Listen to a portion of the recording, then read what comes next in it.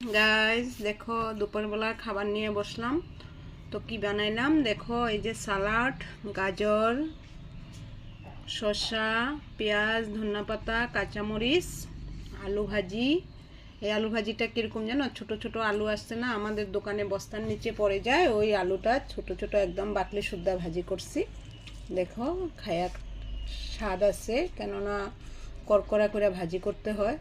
তো এই যে ডাল আর একটা ভাজি সবজি বাঁধাকপি, আর এইটা হলো মাছ বানালাম সিম আলু দিয়ে।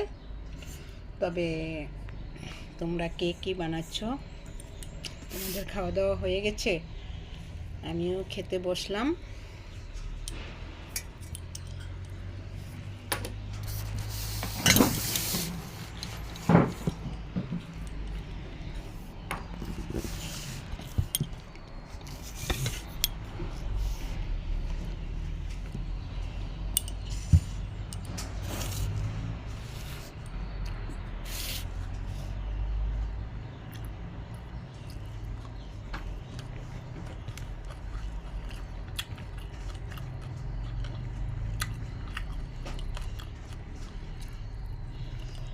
তোমরা এরকম ছোট আলু খাও ভাজি করে, বাকলি শুদ্ধ আলুটা ভাজি করে খেয়ে যাবে, বহুত টেস্ট লাগে।